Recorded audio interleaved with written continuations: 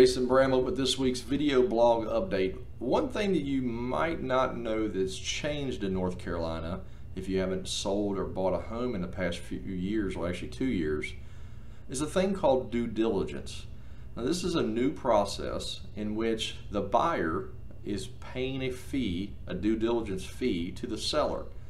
The purpose of that fee is to compensate the seller for taking the home off the market, and also gives the buyer a certain amount of time in which they're purchasing to check out the property. That may be through home inspections, appraisals, survey, basically whatever they want. The second thing, though, the state decided, because the buyer's paying this money, is the buyer gets the option to walk away for any or no reason during the due diligence period.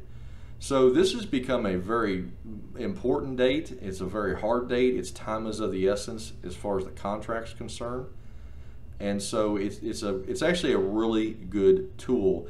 It's great for the seller. They're actually getting compensated for taking their home off the market. It is great for the buyer. It gives them protection to walk away from, well, major issues or any issue. Now, the other set of money, which is the money that you're probably more familiar with, earnest money. Earnest money can come at the same time or typically after the due diligence period now.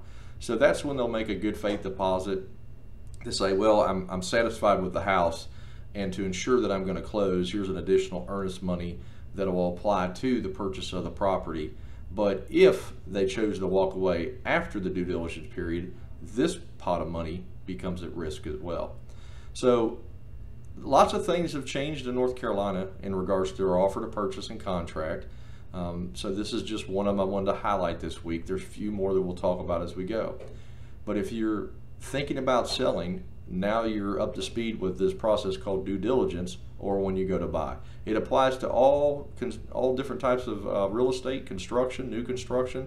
All of them can have a due diligence period, but not all houses require it. So some of your foreclosures and new construction may not have a due diligence fee involved, but regular owner sales or resale type properties, you're going to see this. If you have any questions, you can shoot me an email right here from the video blog. I'll be happy to answer that. Until next time, have an awesome week. Thanks.